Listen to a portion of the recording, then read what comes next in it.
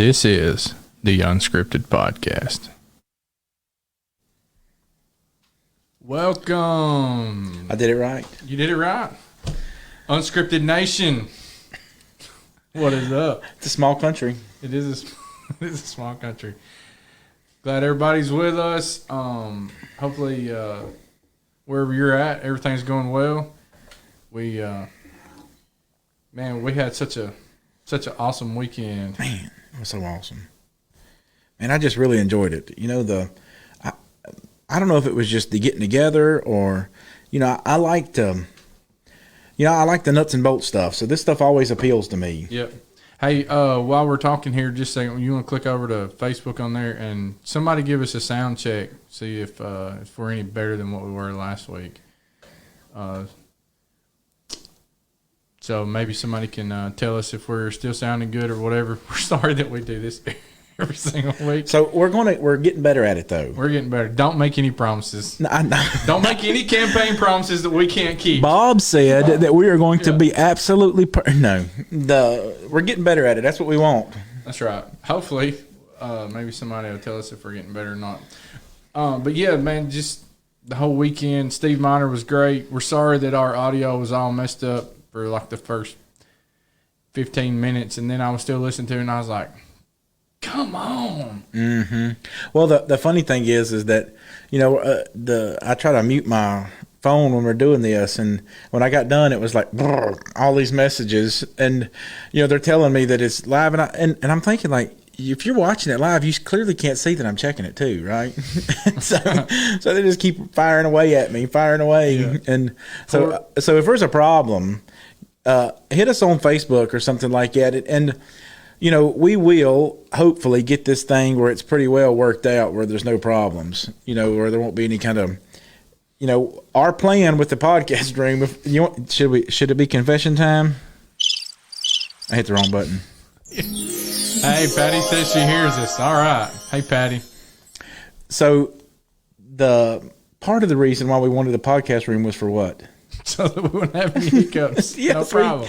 We wouldn't have to set up for, that's why we got that in our intro video. Right. That was when we were upstairs in the kids' classroom. Mm-hmm.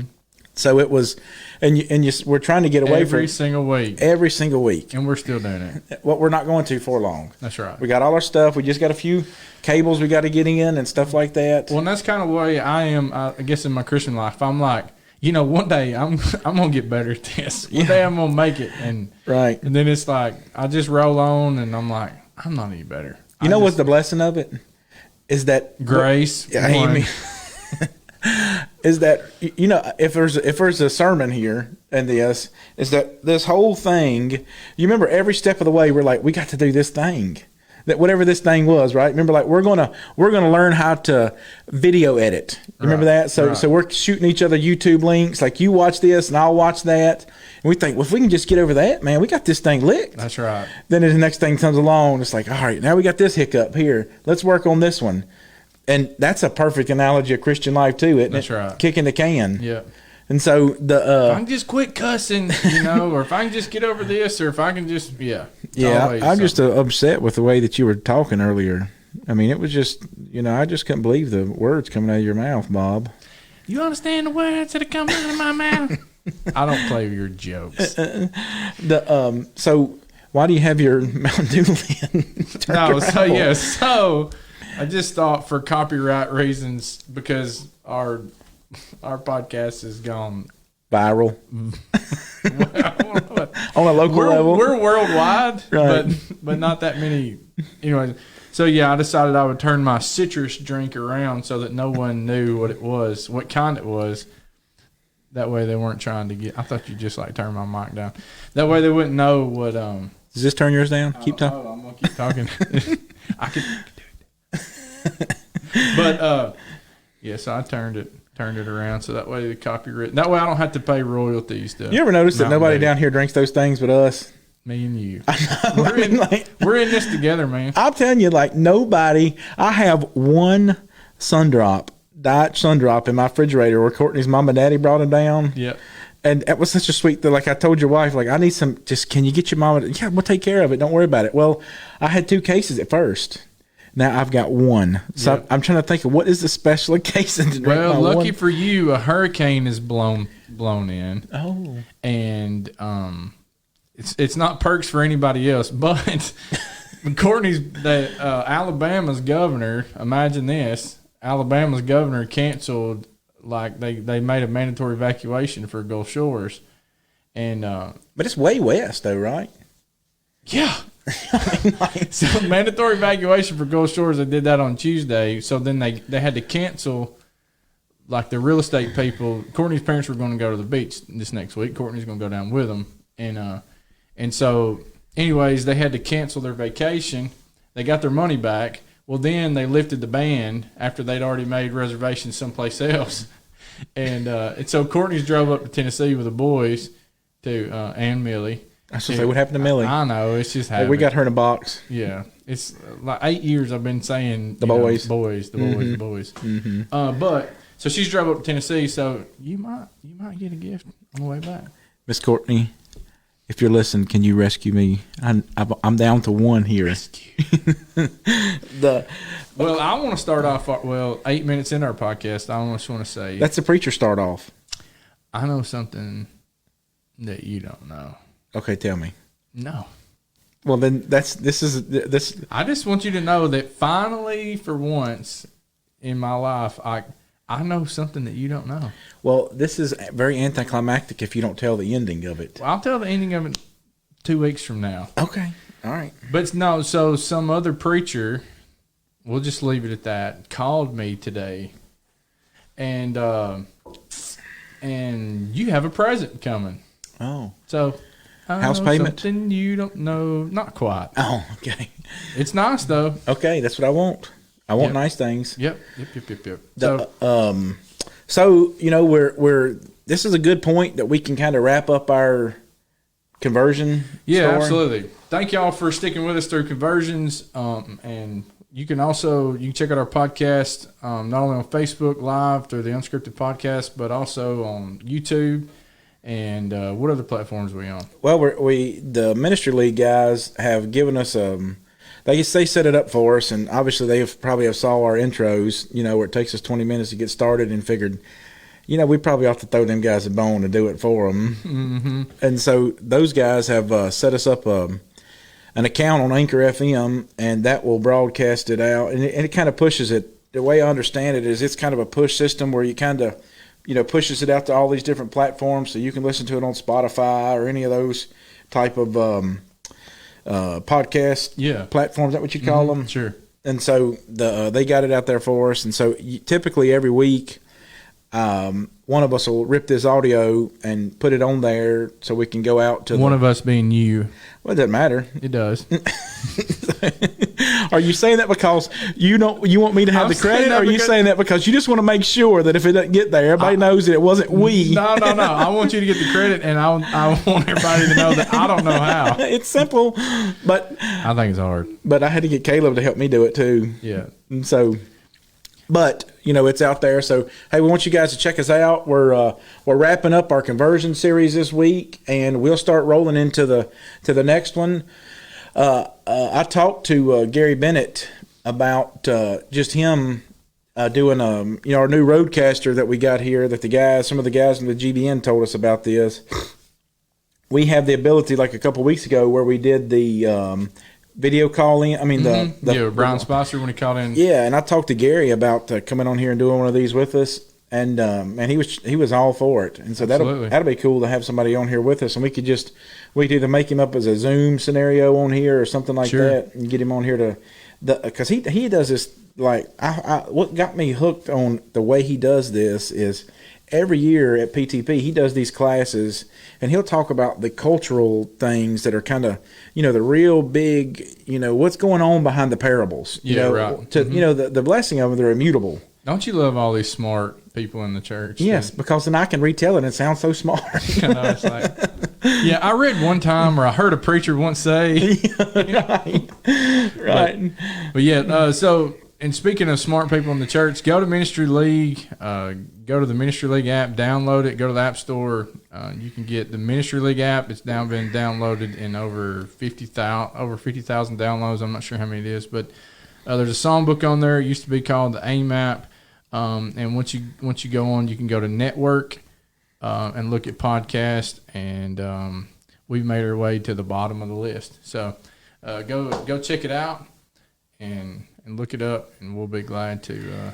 You can look up our podcast there as well. But there's so many smart people who behind the Ministry League app. And can you log into it? Because Gary said he doesn't hear us right here. He says he's listening right here, and he says he doesn't. I don't.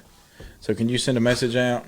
So if somebody's not hearing us now at this moment, shoot us a text or something like that and let us know, if you could, please. Just you can text Bob or I, or put it as a comment on here and let us know, because if it's not working, we don't know. I don't know why it wouldn't be working now. If somebody's not hearing us now at this moment, okay, it should be working. Text or something like it. So, okay. All right. Well, he might have said I don't. When we started talking about him coming on here, he's like, I don't know. I don't know about that now. Yeah. If you got Gary's number, you can text him and say, hey. Yeah, I got it, but that's all right. We'll roll on. All right, very good. So today, we literally decided what we were going to talk about. That's why it's unscripted, remember? Yep. We even got a... This is the Unscripted Podcast. Yeah. We have a button for that. Yeah. So we're in Acts 26, right? Yeah, and this is kind of one of those... So you really have... This is a kind of a culmination, right? Last time we were in Acts 19 with the whole uprising that happens in Ephesus with Demetrius, the silversmith, and all those guys. And then what you find is that for, Paul, as he's heading back to Jerusalem, it's going to end up, this whole different scenario than what he knew what was going to happen to him essentially there. There's this guy that comes to him with this kind of prophetic thing with whose ever man this belongs to, he'll be tied and bound and all this. He goes through this scenario. And then you're going to see Paul for the next, really, see here, 21, 22, all the way really to 26, 5 chapters. You're going to see Paul on various trials. And he's going to spend 2 years in one place at this point. And all this is because his persecution is still coming from within, from his brother, his countrymen, his essentially his brethren, not in the brethren in the source, in the sense of in the church, but his brethren in the sense of as countrymen. Yeah. And just, I think about that today, like that's same way with our countrymen. You go to put somebody in the Supreme Court, you go to have somebody run for office or whatever it might be. And man, we just, it is crazy the things that happen and the people talk about. And if we can't do anything, we can fight. Yeah, and we can pick the flaws. Well, and that's what I talked about Wednesday night. And a new characteristic is respect for authority. Mm-hmm. And the so much of this thing is, politics don't do anything but divide us. Yeah, right. And God, if somebody votes whichever way with the right motive, grace is going to cover a lot of this stuff, right? Mm. But he's certainly not going to be able to. You're not going to be able to stand before God one day when you have done nothing but throw mud at somebody else for whatever they thought that you didn't think. Yeah, right. You understand? Amen. Mm-hmm. He's going to care more about the way that you treated the people that didn't vote like you or didn't act like you than he's going to care about for the one time that you cast a vote. Because God is the one that's in control of the government. Right. Now, he's given us as Americans, this kind of unique thing in that we can vote, right? Romans 13 is let every soul be subject to the authority. Right. Yeah, and you see that playing out with Paul here. Essentially he knew that he's the one that's going to write and say, we're not citizens, we have a heavenly citizenship, right? Mm-hmm. My name is written in the Lamb's Book of Life. And so Paul knew that he wasn't a citizen of this world, that he was a citizen of the kingdom, the church, but he resided on this earth. And so then he's bound by the principles, the laws that govern. That's why he appeals to Caesar, right? That's right. That's why he says, if I've done anything worthy of death, he's essentially just says, let the chips fall where they may, however it works out. And so what you're seeing is that Paul is learning, or I shouldn't say learning, he's using what is available to him as a resource to do the best he can. So we should do this. If we can vote, then vote. Right. But only 40% of the people vote, and 100% of the people have an opinion about what's right or wrong. Yes. You know, I mean, how much does that make sense? Yeah, and we encourage you to go out and vote and Yes. and to exercise that right, as well as to encourage other people. But the biggest thing is God not only gives you not only have the right to vote, but you also have the right to be encouraging, the right to do things that are, as a Christian right now, and you may have a platform right now to be able to talk about politics or to belittle somebody, or sometimes we may go to post something, or we see people in the church, and don't let politics get in your way of you and your relationship with another Christian. And I'm fine with standing for core values and those kinds of things, but this some people you notice they'll talk so much about politics, but they'll never share Christ. Never talk about the church. And you know what that always does? It shows where your treasure is. Mm-hmm. And so it shows exactly where Joey Bishop at the Student Center the other night.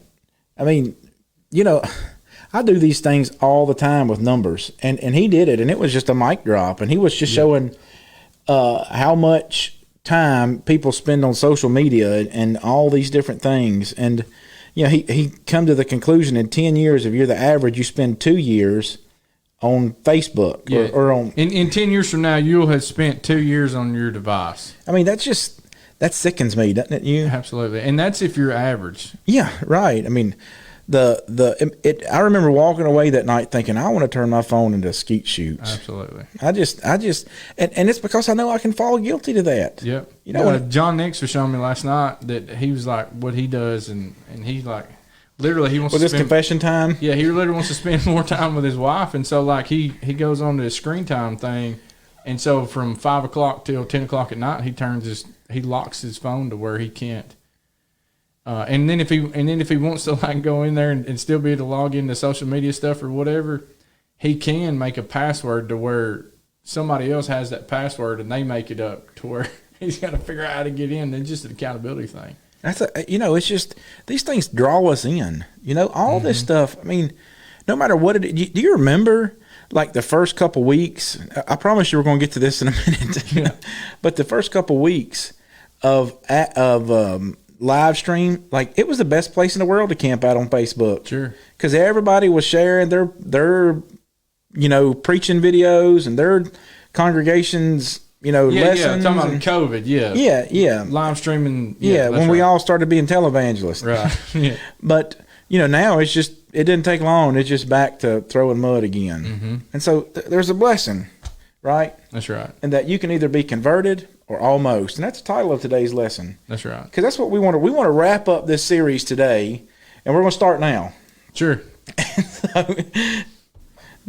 This is the Unscripted Podcast. We've got a button for that. Boom. Yeah, so it's when you look at Paul, so he's on trial, and he's been on trial, and he's gone through these different ones, and so he's going to, what I love is the fact that even the struggle that's going on in his life is he's just going to bring it about with the gospel. And of course, that's what he's standing on trial for anyways. That's right. And that's what he's here today too. So now, he's Festus, Felix, and now he's King Agrippa. And this is the one we want to talk about here is Paul's, this is the almost conversion. And so if you have your Bibles, Acts 26. Let's turn to Acts 26. And where do you want to start at? I mean, we can, there's 1,000 ways we can start, but yeah, he started on his. I don't know. Well, you can look at it this way. So here's a kind of a cool thing that Paul does. Just think, I hadn't thought about this till we're doing this. That's why I like doing these, because there's just always draws that so much. I wish I was one of those guys that could think on the fly real good, but I think better in the pauses when my mouth doesn't get in the way. But every one of Paul's accounts, whether it's when we quote Acts 22 and verse 16, right? Now why tarriest thou? What are you waiting on? Yeah. Whatever. Levantate. Levantate. I love hearing the Spanish brother say it. Right. Get up, right, and be baptized. Well, That's what Paul recounting one of his conversion stories. Yeah. Acts, so Festus, Felix, and then Agrippa, each one of those times they get to hear it. And so Paul's defense is not what he's done, but what Jesus did for him. That's right. So the best defense that any Christian can make is not what you've done, because I hear guys.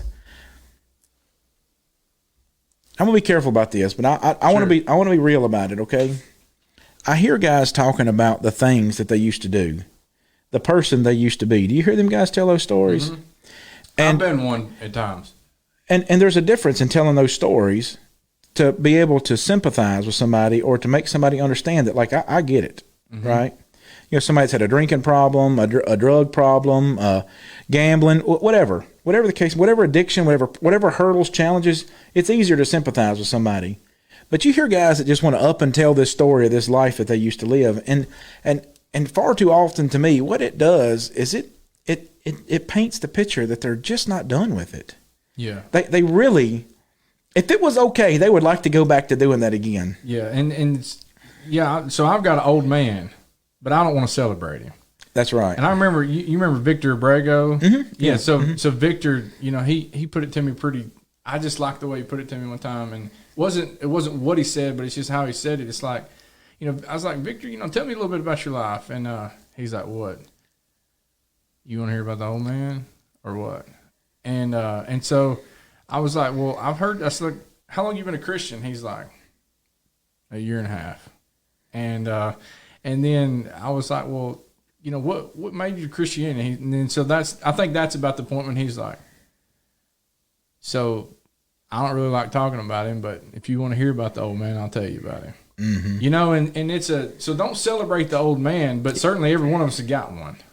It's okay to look back, but don't look back with longing eyes. Amen. And that's where the problem comes in. So that's not what Paul's doing. Each one of these accounts, he tells them, listen, I'm on trial. Let's look at verse 1. Mm-hmm. So King Agrippa, he gives Paul the reins. He's like, all right, Paul, give me your spiel. Paul stretched out his hand and answered for himself and said, I think myself what? Happy, King Agrippa, because today I shall answer for myself before you concerning all the things which I am accused by the Jews. And especially because you're an expert in all customs and questions which, what does he say? Which have to do with the Jews. Therefore, I beg you to hear me patiently. So he's speaking to somebody that knows. Mm-hmm. It wasn't that he was unknown. I mean, especially if you're a king in the Roman Empire, and you got this really unique group of people, the Jews, that have they've got some bias on some things that the other people hadn't got. They got to remain monotheistic. They got their temple. They got all these things, and nobody said, they're going to pay a pretty close eye on these guys because they're very wagon circlers. They're very nationalistic. They're very proud as a people. I mean, we see this all through the Gospels and manifests itself in different ways. And so Paul says, listen, I'm going to talk to you, and I'm going to talk to you about the things that you know. You know what's going on, and I want to explain this story. So he says... Yeah, and just kind of for the setting, sometimes we do this a lot, but King Agrippa is a Roman king, correct? Yes, correct. He's a Roman king. He was appointed, by Rome or whatever you want to say. So he's not a Jewish king, right? I'm sorry, right? No, so that's fine. Historically, from a historicity standpoint, he would be the king of this providence here. And so, King Agrippa, my manner of life from my youth, which was spent from the beginning among my own nation, at all the Jews know. They knew me from the first, if they were willing to testify. And he goes on to credentialize, right, that I was a Pharisee. And I am now, verse 6, and now I stand and am judged for the hope of the promise made by God to our fathers. And there's Pharisees and Sadducees here both, right? And so it's like Paul is trying to draw sides, on each one of these times that he has this, because a couple times. I never thought about that. It's a couple times that Paul, even he uses that in his argument. And I think he's doing it because he's trying to make them divide themselves up, the Pharisees and the Sadducees. I'm a Pharisee, the strictest sect, and I am here because of the hope of the resurrection. Mm-hmm. And the Sadducees, now they got another axe to grind, right? There is no resurrection. Yeah, right. And so Paul he's going to credentialize this. To this promise our 12 tribes, earnestly serving God night and day, hoped to attain. He knows he's telling Agrippa about the Messiah. Yeah, and he's going all the way back, and it's like, no, this is not some new thing that's happened. That's right. You know, this has been something that's gone on from history, and he goes all the way back to the 12 tribes. That's right. Yeah. And that's why he says in verse 8, why should it be thought incredible by you that God raises the dead? Yeah, he was the God who parted the seas. You know, that's right. God's been doing this all along. The whole time. I mean, people. I was reading a debate between two brothers in the church this week. It was not a nasty one, but it was just a debate of whether or not the children of Israel crossed on dry ground because the Egyptians crossed on muddy ground, right? And so I was listening to them debate the Hebrew dialect of it and what it could have meant there, right? I know that's a really dry reading, but you just think about when you're debating this thing, it's because you're debating how little of details God can do. That we recognize that God, he didn't just part the waters, right? He could have parted the waters, dried the land when the first chariot come on, back to mud again. We realize that. And so then we want to talk about it. How did he do it then? Right. And so he's standing with Agrippa and he's like, you know everything that God has done. I mean, he's raised the dead before. I mean, all these, when the Jews show up at Canaan, well, you remember the reason why Rahab's like, we're going to help you out? You remember what she said? We've heard. Yeah, we know all heard. these things. We know what's going to happen. So it's not like this thing has been, Paul says it at another point, this thing been done in a closet. Right. I mean, it's not just Christianity, but everything God has done throughout the ages is open. Right. And so that's why he says, why do you think it's a big thing that he can just raise somebody from the dead? And Paul is saying that I'm on trial today because of that. Because Paul realizes that's the crux of Christianity right there. So he's trying to drive that point home to Agrippa, that if Jesus was raised from the dead by God, not by a prophet, by himself. Yep. And he said, hey, I thought that I must do these things that were contrary to the name of Jesus. Right. And so he talks about that for a little bit and how that he'd received letters and authority from the chief priests. He punished them often in every synagogue, verse 11. And but he gets down to the story where he meets Jesus. He meets him on the road to Damascus, and he recounts that story. Game changer. Game changes. Game changer. And so that's why he's going to go through this thing. And he's told him, like, listen, I had a plan. My plan was to do this. I never intended to be here today, King Agrippa. My plan was to continue doing what I was thought I was supposed to be doing. But he tells him that when this thing happens here with me, it was a game changer. That's why he says in verse 19. Well, let's look at what Jesus tells him. Yeah, I love the details that he shares. In here in chapter 26, and it's not that they're different. It's just that it's detailed in a different way. He's telling another part of the factual story he's going into more details about a particular part. Yeah, and we do that in anything. Sure, absolutely. I mean, it just depends on what we're trying to emphasize in a story. Yeah, you talk about the Family Focus Weekend, which part you going to talk about? Yeah, that's right. I mean, and the burgers y'all jammed out on grilling. Depends on what audience you have, or what's your idea. And so that's what he's telling Jesus. He's like, look, Jesus telling me, you get up and stand on your feet, Verse 16, I've appeared to you for this purpose, to make you a minister and a witness, both of the things which you have seen and the things which I will yet reveal to you. I will deliver you from the Jewish people as well as from the Gentiles, to whom I now send you, to open their eyes in order to turn them from darkness to light and from the power of Satan to God, that they may receive forgiveness of sins and inheritance among those who are sanctified by faith in me. In verse 19, what's he say? Therefore, King Agrippa, I was not disobedient to the heavenly vision. What did he do? Obey? All the way. All the way. Yeah, and when it comes to respecting authority, that's our characteristic this month, as you already pointed out, is he understood that Christ has all authority in heaven and on earth. And that's this week's memory verse, right? Matthew 20:18. That's right. You think about 19 and 20. Yep. But it's hinged on verse 18. Yeah. And I like the way that, Paul, I don't think he agreed with all of these people who were in power. What do you mean? Like the people who he's getting tried. I mean, he's being tried for the gospel's sake because of the resurrection. And it's like, do you think that he really wanted to go before King Agrippa, or that he agreed with everything under Roman law? I doubt he did. But he's certainly respecting it at this point. He's not there fighting. He's not slashing. He's there to reason with them. Yeah. But one thing to think about is he's respecting their authority as it's authority from God. And sometimes we think, well, I'm not going to respect the authority that's been given to me, because I disagree with this politician or I disagree with this party or whatever it may be. But I think about, we never know what God may be doing. And I'm reminded of Romans chapter 9 when Paul said, hey, God raised up Pharaoh. And God told Pharaoh, I raised you up for this very purpose. And it's so that he could show his power. And I was talking to my boys about that this week in our Bible time that, hey, if God had, I said, do you think that if there was a bunch of kindergartners out there, if Pharaoh had a kindergarten army, what would the children of Israel done? Well, they could have fought them themselves. But it's the fact that he had such a powerful army that you have 600-something thousand men who were enslaved, not besides children, and so they, God raised up Pharaoh though so that he could show his power, and so you never know that if an election doesn't go my way or what I'm thinking, I never know what God may have in store in that. That's right. And so I just want to be obedient. I just want to respect that authority regardless. That's right. And so Paul is respecting this authority, but he's not afraid to reason with them and to tell them about Jesus. And that's really what every one of our politicians, they need to hear about Jesus. Amen. And I was reading an account of an Englishman. I'm trying to think of his name and I can't remember it. But they'd invited him to preach or invited him to speak before one of the houses, commons or something like that. Mm-hmm.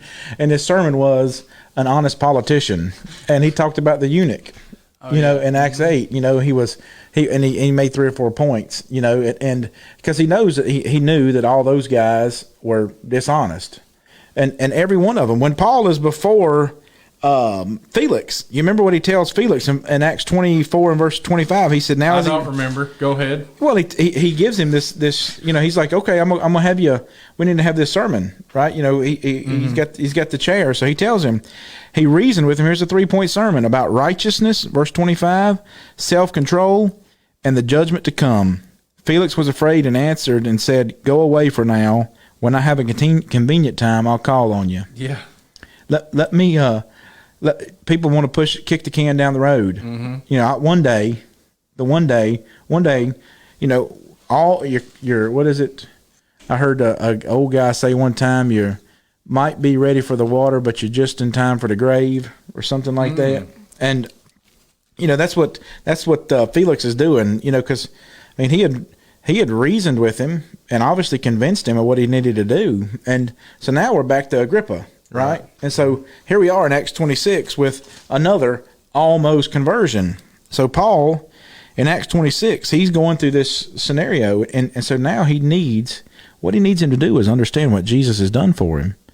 Because when he can get Agrippa to understand what Jesus has done, it's going to change it. That's what he realizes, that the message of hope is the gospel. That's what he told the Romans, right? Verse 16 to chapter 1.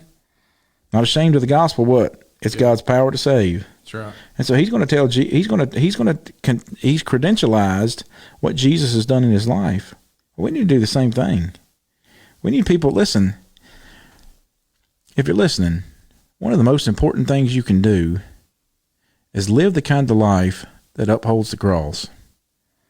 Because that's how you're going to validate Christianity to the world. If it's just a series of rules and commandments that you hasten or that you are disgruntled about following, you'll never convince people that it's the way. And so there'll be nothing more important than you can say, it changed me. And I remember, I had a brother that I studied with and baptized, and I remember we were at my house working on his truck. Now we were welding a motor mount back to it, and I thought, this will be a good time just to talk, just have the Bible chat, the disciple chat. And I remember asking. That's one reason I love you, man, so much. And that's another thing too. Use those opportunities. I don't care what you're doing. If you're doing it with your kids or you're out with your buddies or whatever, incorporate Jesus into whatever you're doing as you go. And we're filthy nasty. I mean, this is an old piece of junk truck. It's grease on us, an inch thick. And I remember wiping my hands, and I remember asking him, how is your life now that you're a Christian? How has it changed? And I remember we were squatted down because we were in a fender well, and he stood up and he looked me in the eye, and I remember the fierceness in his eye, and he said, you can't believe how much it's changed me. And when somebody says something like that, you're just like, tell me about it. Yeah. And those are the things that you want to hear. You want to hear, because then it shows in your life. You validate Christianity, and that's what Paul was saying. Yeah, there's evidence. I wasn't going to be disobedient to what happened. I mean, this was a big moment. He met the Lord on the road to Damascus. This is the real deal, Agrippa. This is the real deal. So, verse 21, that's why he says, for these reasons, the Jews seized me in the temple and tried to kill me. Therefore, because he told them they needed to repent and turn to God. And they're thinking, well, wait a minute, what are you talking about, buddy? That's right. I've been a part of God my whole life. Well, Jesus, when he told them in John 8, talking to them about how that, as far as being in slavery, that you're slave to sin. They're like, we ain't been a slave to nobody. That's right. We never. We're Abraham's seed and never been enslaved. That's right. You're like, are you kidding me, dude? And he told them, he said, hey, throughout all the region of Judea and then to the Gentiles that they should repent, turn to God, and do works benefiting of repentance. And that's exactly what you're talking about, is that there should be evidence in my life that there's works, there's action in my life that I'm living a repentative lifestyle. And so there's nothing worse, and there's nobody who hurts the cause worse than people who are claiming to be Christians, and they're just not all in. I don't know, and this may make somebody upset, and I don't mean to make anybody upset by saying this, but I've had serious talks with Christians before, and I've told them, if you're going to live like this, just live it up. Just don't play like you're a Christian anymore.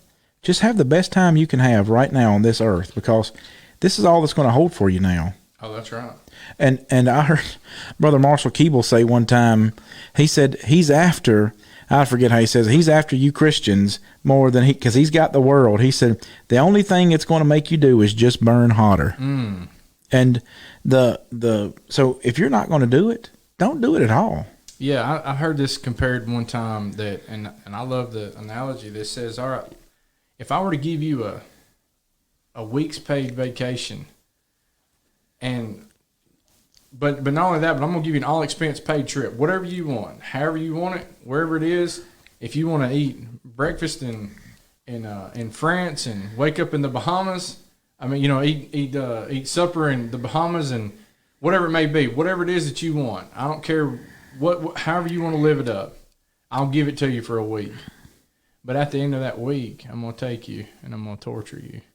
And I'm going to strip everything away from you that you ever loved, everything that you ever wanted. And I'm just going to hold you down, and you're never going to be able to go. And you're going to be tortured for the rest of your life, for the rest of 100 years.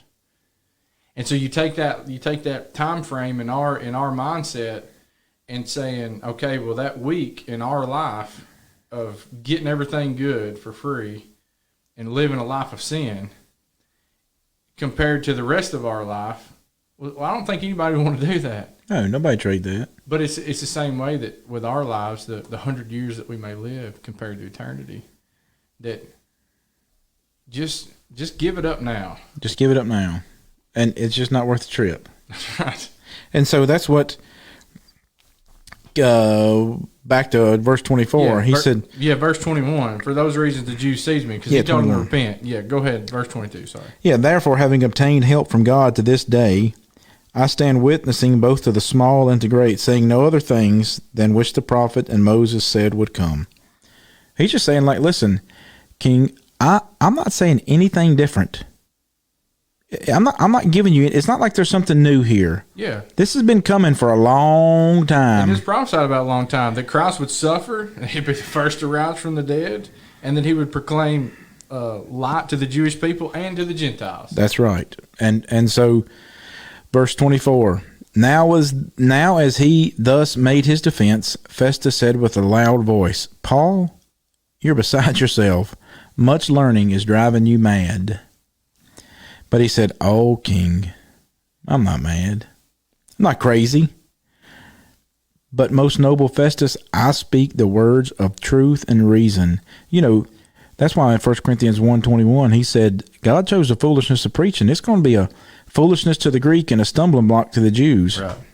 And right here, Festus is this is just foolishness, Paul. Yeah. This is just babble that you're spouting here. There's nothing here what you're saying. What king dies for his people? That's right. Exactly right. Raising from the dead? Are you That's kidding exactly me? right.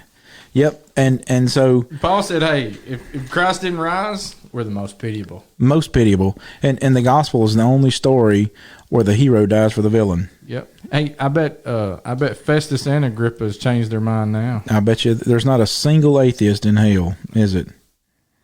Man, that's something to think about. Man, it is. It's All believers. all believers. All Neubauers, too. But you know the thing of it was never made for them. God's plan was to never ever send one of those guys there. It was reserved for the devil and his demon and his angels. It was never reserved for us. That's right. God's plan was to never put us there. He desires that all men would be saved and to come to the knowledge of the truth. That's right. And so that's what he's doing here. He's just playing the hand that he's dealt. That's all he's really doing. We looked at this. How many scenarios do we look at where Paul is playing his own hand? He's in the marketplace in Acts 17. He's by the riverside with Acts 16 with Lydia. He's in the jailhouse with the jailer. I mean, all these different accounts of conversion. He's just playing that. He's just in the situation that he's in, and he's doing the best with what he's got. And that's what he's doing here. And so that's why he says, verse, let's see here. Was it 23, 22?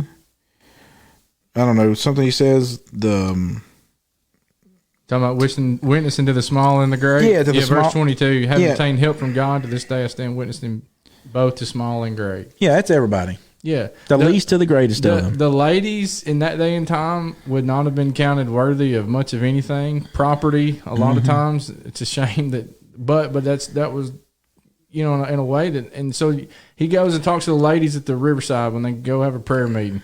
And, all the slaves. Yeah.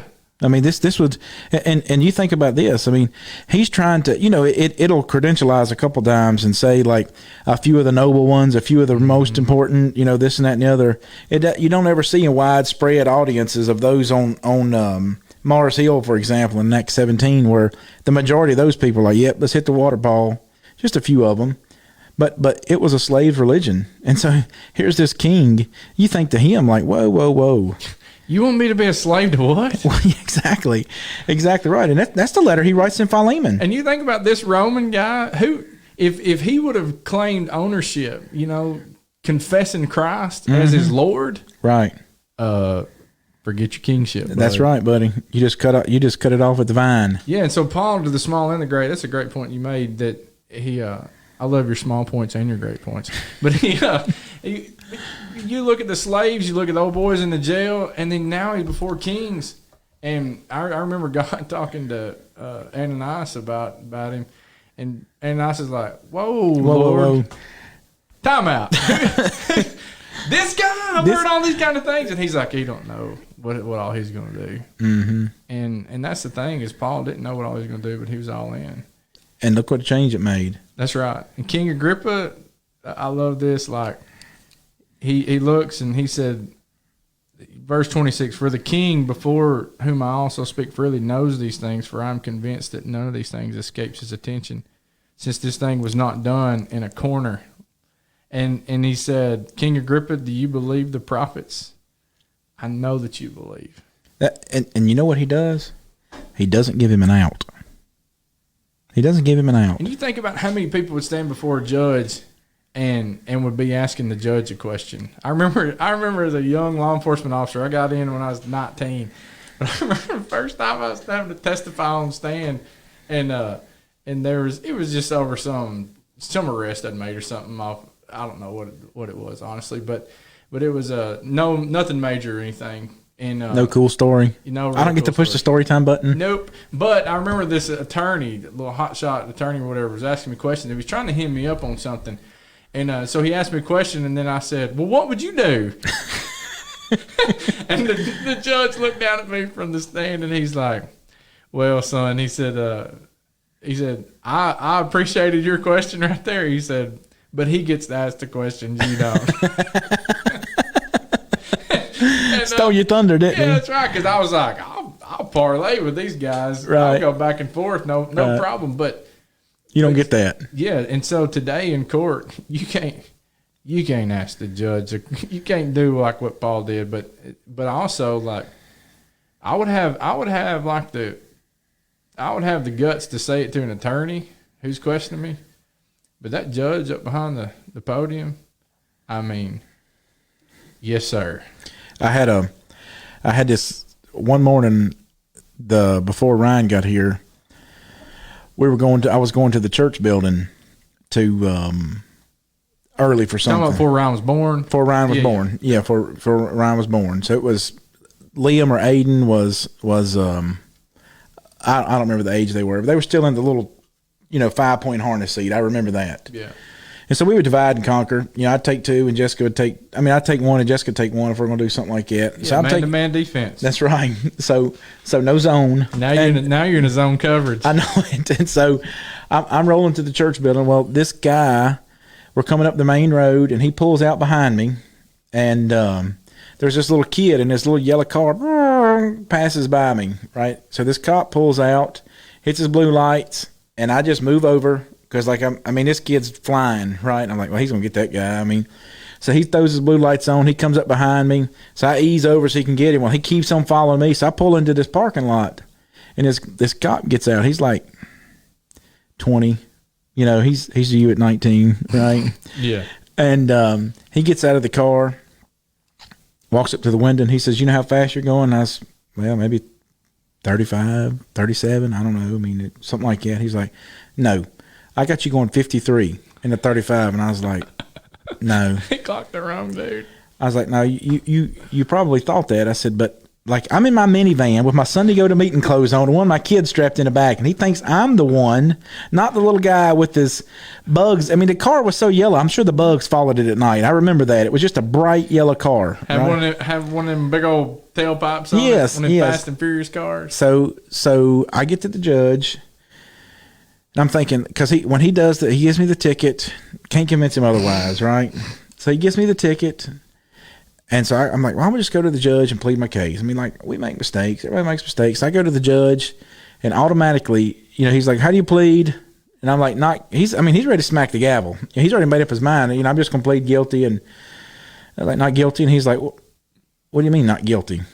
And he said, well, let me hear your defense then. So he asked the officer, what happened? You calibrate your radar before and that, the spiel they go through, right? I always wonder how they validate that. Yeah, you have calibration things. Does it have a time stamp or something so I can see that he did that? Like, how do I know that he calibrated it before? You had to go off his word. Well, he didn't take my word.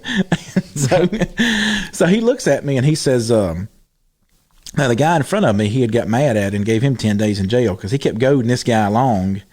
And this guy finally mouthed off to him and gave him 10 days in jail. Well, this judge is mic'd out through the audience. You can't hear what the guy up front saying, but you can hear the judge. So and I'm like, this guy is being a dog to this cat. And so, anyways, he finally mouths off, and I hear him say, there you go. How about 10 days for contempt? Smacks the gavel, right? Yeah. So I'm thinking, man, this guy. Don't do that. Yeah, right. So I get up there, and he's like, well, you gonna tell me what happened? I was like, well, I told him same story I told you. And he said, he looked at me and he turned his gavel around where the little handle part, he was holding the head of it, I reckon, the hammerhead part. And I said, listen, Your Honor, I said, I'm not saying that he doesn't know how to do his job or any of those things. And I mean, no disrespect, but this is just a case where he just made a mistake. And he takes the point of the handle of the gavel and points it at me. And he says, our officers don't make mistakes. And I said, with all due respect, Your Honor, I work in an industry where for 50 years we've been trying to eliminate human error, and you just can't. Anytime you have people, you're going to have mistakes. And I said, I make them, but I'm not saying that. What I'm saying is at this moment I didn't. And he said, boy, we have it idiot proofed. He said, you can say what you want, but our officers do not do that wrong. And I thought, man, oh man. And then you ain't got no chance. So then I flew hot, and I thought, oh, I better not, because he's going to go with me. I'm not going to spend 10 days in the clink. Maybe I'll have that other guy. We can swap war stories, right? Yeah. But he says, you got something you want to say? And I'm thinking, And I said, "No, sir, Your Honor. Have a good day." Paid my ticket and walked out, right? That next week, I worked with that boy's mama. They were serving a warrant on some guys in town. This guy lit rabbits on them. He runs. So he goes to take out, he thinks he's off duty, so he's going to go help him out, right? He's a action guy. You worked with the officer's mama? With his mama. Okay. And so I heard this story because I heard, you'll hear it in a minute. Okay. But so this guy is an off-duty police officer. He shows up. He hears, I reckon he's listening to a scanner or something like that. They're chasing somebody. He shows up. He fits the guy's description. Has got the same clothes on that the guy had that rabbited. And he comes out with his firearm, right? Starts chasing this guy. One of the other officers see him. It's nighttime. Oh, no. He's got his firearm, right? When the other officer hollers stop, he turns around with his firearm. Guess what happens? Got shot. Shot him. Now, it glanced off his ribs. You know, the Praise God for a bad shooter. Yeah, man. Or a twig, because it was in the woods, whatever happened. But, you know, his mama was telling the story about it, and because then I found out that it was him that did it, and I looked at the picture. It was the same guy that pulled me over. And I remember thinking, you know, I ought to send this newspaper article to the judge. You know, Somebody making a mistake. Yeah, somebody making a Idiot mistake. perfect. Yeah, or either I just wanted to send a letter like either we got one of two things: either you're a liar or you're wrong. But that wouldn't have done any good at all. No, would it? But I sure wanted to. Yeah. And so, you know, Paul, you know what he's going to do here is he's got all these evidences. He says, Agrippa, you know what God's done. You know the prophets. So is it a big thing to think that God could do this one thing with Jesus? That there could be this thing and that's the reason why I'm here today, because now he's the one that really stands in authority. This judge got it wrong too. This judge got it wrong too. And verse 27, this is where Paul leaves it in his lap, right? He said, I know you believe. I know you know. There's power in that, isn't it? Mm-hmm. I know you know. You say sometimes, well, you can't read people's hearts. Well, this is Paul reading this guy's heart right here. And I'm not talking about reading somebody's heart and you know, they're good or bad, their intentions or whatever. But Paul starts his argument out based on the fact that he knows that Agrippa knows exactly, for whatever reason, Agrippa must have been known to be known these things as a you know, understood the Jewish culturally or whatever. Yeah. But he tells him, I know you know what's going on here. And look what he tells him. Verse 28. Paul, you almost persuade me to become a Christian. So here's the thing, Bob. If Paul told Agrippa that I know you believe, is belief enough? Mm.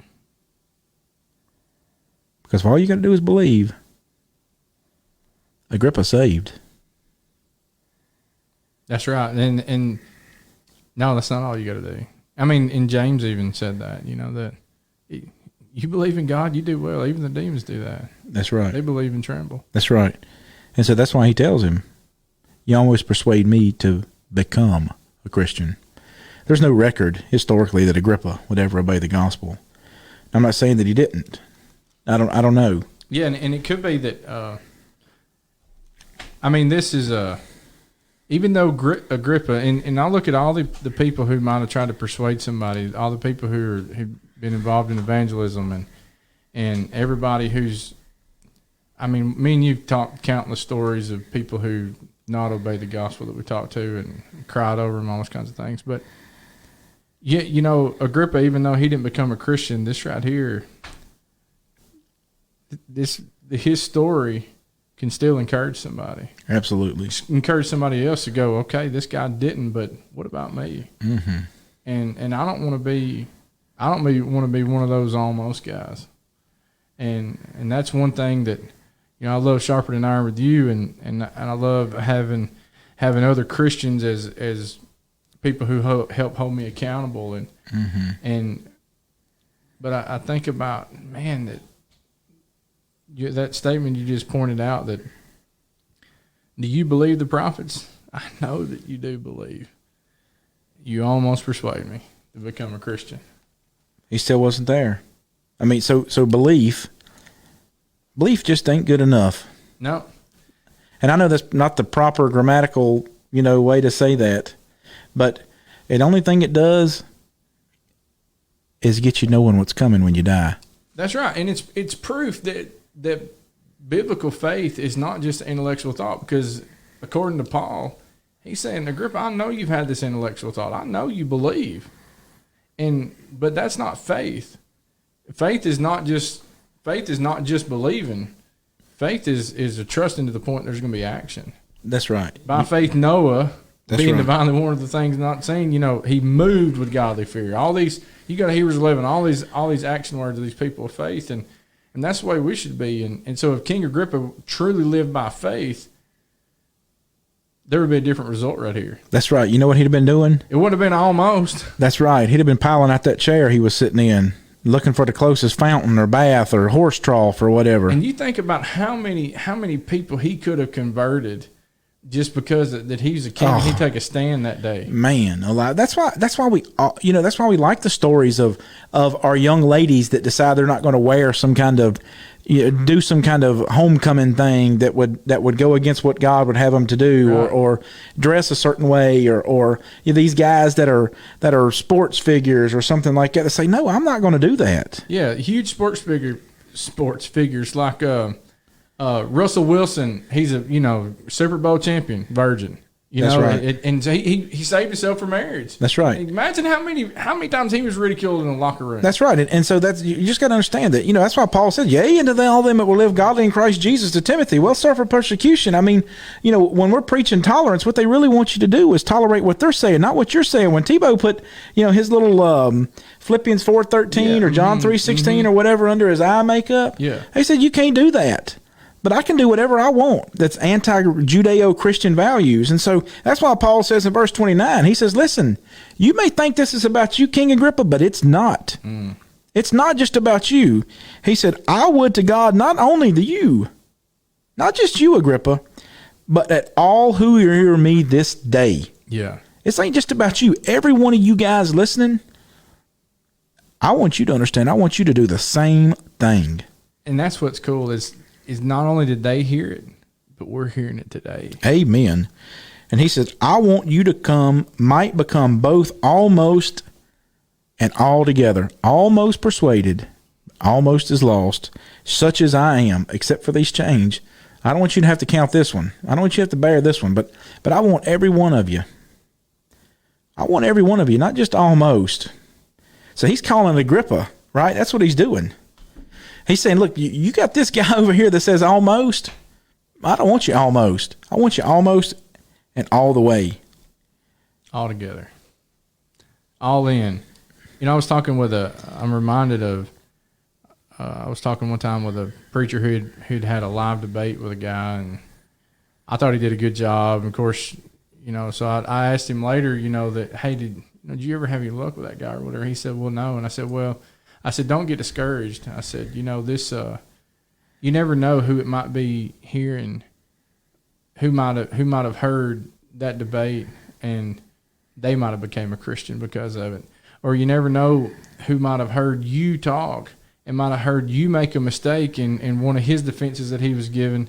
And then that be somebody who goes, you know what, I'm not going to make that mistake. And they didn't make that mistake when studying with somebody else. And then they were able to persuade them to become a Christian. So you never know if it's good, bad, flaws, or what it might be, that there can still be good that can come out of it. And there's good that can come out of King Agrippa's story. But what's not good is the fact that King Agrippa was only an almost guy. And I never want to be that. I know, man. And so we just encourage, if you're listening today, that whatever you're battling or whatever that you're facing or decisions that you're making, just make them for Christ. And just do it. And just go all in. And, I'm so thankful that friends, Jason and Katie got engaged. And Jason's one of those guys who's playing, and he's got a great future ahead of him. And he's he's a perfusionist, and so he's in this medical field. And so he's got all these things and financial goals that we've talked about and different things. And he was like, I wanted to be able to to do this and that, and talking about getting a ring and these kind of things. And he's like, he said, I just kept telling myself if I'm going to do this, he said, if I'm going to keep waiting, he said, I'll never have everything in a row. Mm-hmm. And he said, I just finally said, I'm just going to buy the ring and I'm just going to marry her. Even though I don't have everything, even though everything's not in order, he said, I got to live by faith. You almost persuaded me. Almost, but lost. You know what I just noticed? What? You didn't hit the record button either on the roadcast or okay, on we're the ready to thing go. today. We're going to stop now. So here we go. Y'all have a good day. Love you. Love you, Ty. This is the Unscripted Podcast.